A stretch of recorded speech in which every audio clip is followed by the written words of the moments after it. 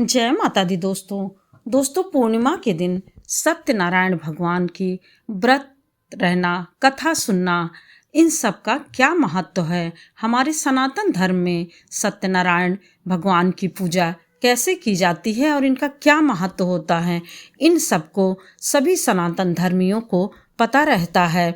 और इसका महत्व क्या है या हमारे जीवन में विशेष रूप से सत्यनारायण भगवान की कथा करने या सुनने का क्या फल प्राप्त होता है।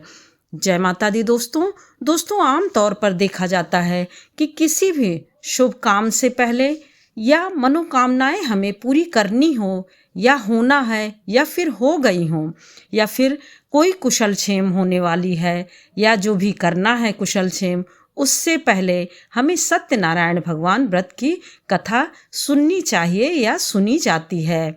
सनातन धर्म से जुड़ा शायद ही कोई ऐसा व्यक्ति होगा जिसने सत्यनारायण भगवान की कथा ना सुना हो या फिर ना कहीं देखा हो या फिर ना किया हो।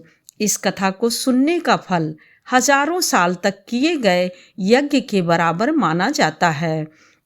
ऐसा शास्त्रों और पुराणों के मुताबिक माना जाता है कि इस कथा को सुनने वाला व्यक्ति ही बहुत ज़्यादा पुण्य प्राप्त करता है, और जो व्यक्ति व्रत रखता है या फिर कथा कहता है, सत्यनारायण भगवान की पूजा करता है, उसको तो बहुत ही ज़्यादा पुण्य प्राप्त होता है या फिर उसको तो विशेष रूप से हर चीज़ें प्राप्त होती हैं।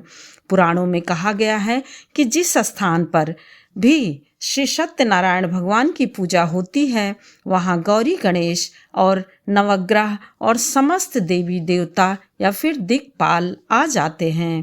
केले के पेड़ के नीचे अथवा घर के ब्रह्मस्थान में, ब्रह्मस्थान यानी आंगन हो गया या फिर आपके कहीं बरामदा हो गया, इन सब जगह पे करते हैं, या पूजा घर में हो गया कहीं भी, या फिर किसी मंदिर या कभी देव स्थान पर जाकर ही पूजा करना या सत्यनारायण भगवान की कथा सुनना, यह जो है उत्तम फल को देने वाला होता है।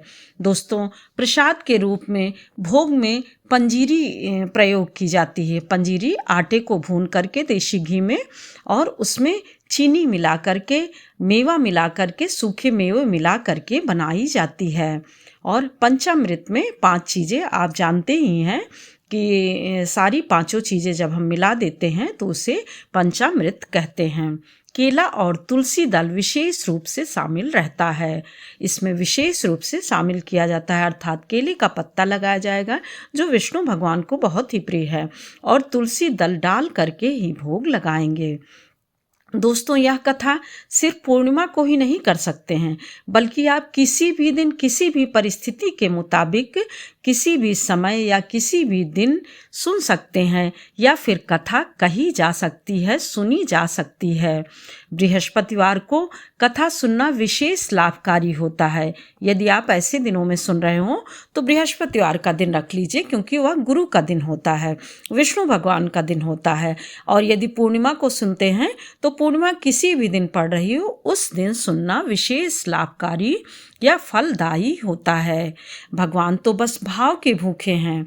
मन में उनके प्रति, अगर हमारे मन में उनके प्रति सच्चा प्रेम है तो वह भी समझ लीजिए कि बहुत बड़ी कृपा हमारे ऊपर बरसाते हैं, और हमारा कोई भी कार्य असंभव नहीं रह जाता है। सारे कार्य खुद व खुद होते चले जाते हैं, अपने आप होता चला जाता है। और ऐसा कोई भी दिन नहीं होता है जब प्रभु की कृपा बरसती रहती है, पूरे यानी हर समय प्रभु की कृपा बरसती रहती है, ऐसा कोई भी दिन नहीं जाता है।